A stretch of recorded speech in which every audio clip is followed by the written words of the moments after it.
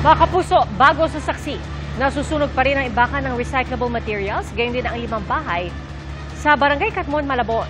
Ayon sa Fire Marshal ng Malabon, mag-aalas 2:30 ng hapon sumiklab ang apoy. Sa ulat ng Super Radyo DZBB, nagsimula ang sunog sa baraks ng katayan ng piyesa ng sasakyan. Kumalat umano ang apoy sa katabing junk shop kung saan maraming nakaimbak na plastik at goma. Mag-alas 5 ng hapon patuloy ang pag-apula sa sunog.